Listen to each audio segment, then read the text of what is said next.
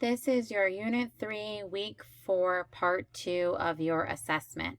And the comprehension skill we have been working on this week is plot.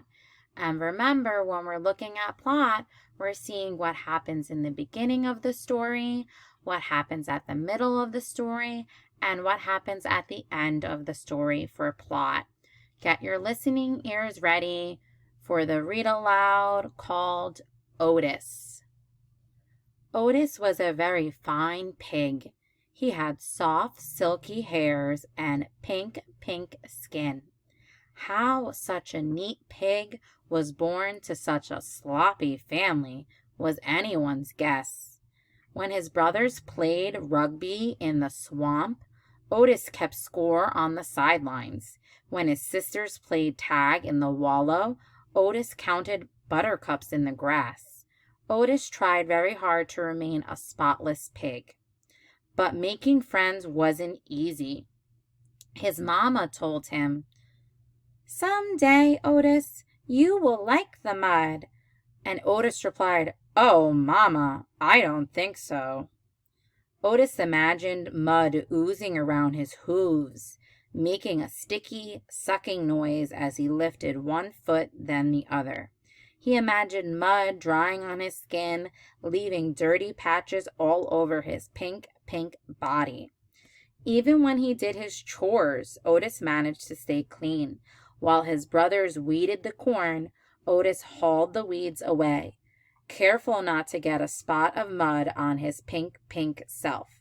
While his sisters picked the ripe corn, Otis sorted the good ears from the bad, making sure not a bit of dirt soiled him. Otis was lonely. All the other pigs loved mud, but no matter how hard he tried, he just couldn't stand the stuff.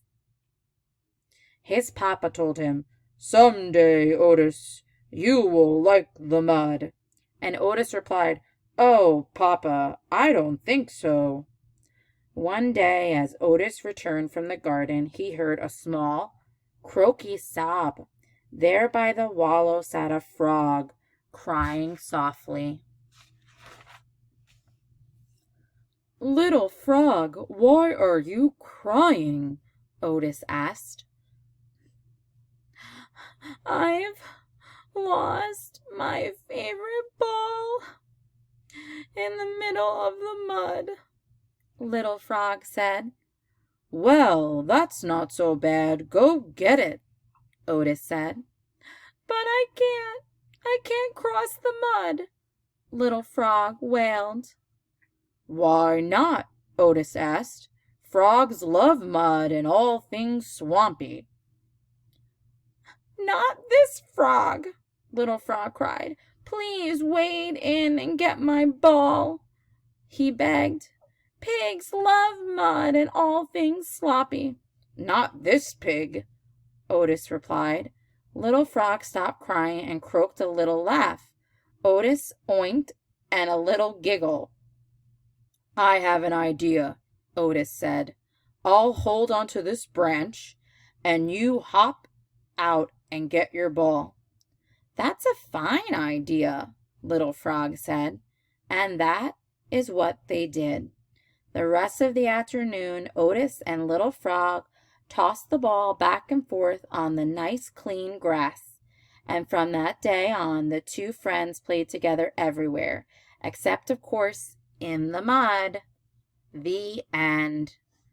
Take the time to re-listen to the story about Otis.